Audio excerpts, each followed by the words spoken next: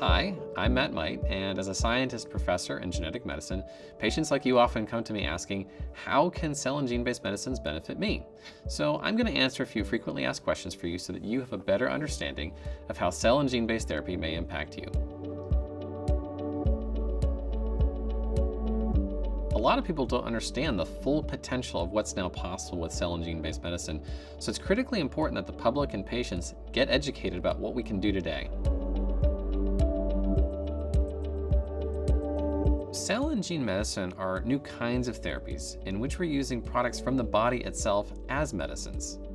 When a lot of people hear cell and gene-based medicine, they're thinking, oh, this is for genetic disorders, but it also applies to cancers and even has the potential for things like Alzheimer's, Parkinson's, and osteoarthritis.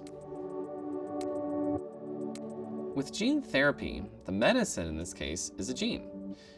Your body already contains 20,000 or so genes, and in some cases, we need to put a gene back in to heal you. So within gene therapy, there's a variety of things that we actually do, but what they really boil down to is introducing a gene, replacing a gene, or silencing a gene. Your body already contains 30 to 40 trillion cells, so the question is, can we use these to heal? In the case of cell therapy, you've already probably heard of several. Every one of us already has stem cells in our body in the form of bone marrow. Now, bone marrow isn't the most flexible form of stem cell, but it is possible now to take your cells and turn them into induced pluripotent stem cells. Pluripotent stem cells have the ability to become any other cell type in the body, which means that they can potentially regenerate any damaged tissue you have.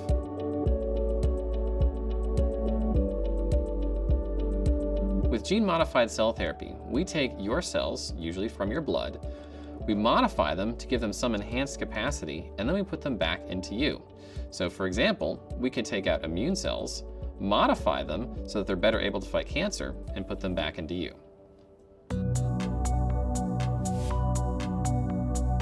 With gene editing, we're not introducing a new gene, we're modifying an existing gene. If you think of DNA as a book, that's kind of like an instruction manual to build and operate you, sometimes that book has a typo. With gene editing, we can go in and correct that typo. There are a variety of ways to deliver cell and gene-based medicines. Some may be as simple as a shot or an injection. Some might take an IV. And what's amazing is that we now have the capacity in some cases to deliver these directly to the brain. With most cell and gene-based therapies, you might need only one treatment. Because it's fundamentally modifying your DNA, you only need to get it once. Cell and gene-based medicines won't modify every cell in your body, they only modify the cells that matter for your particular disease. And critically, we don't modify your reproductive cells. Cell and gene therapies, just like any other medication, have to go through a rigorous clinical trials process with the US Food and Drug Administration. So just like any other medication, we have the same confidence in the safety and efficacy of these drugs. During the clinical trials process, physicians are closely monitoring both the safety and effectiveness of cell and gene-based therapies.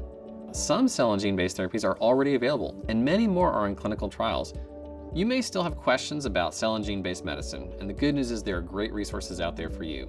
So if you want to know what's available today, what's available for clinical trials, and even just more information on cell and gene-based medicine, I highly encourage you to visit healinggenes.org.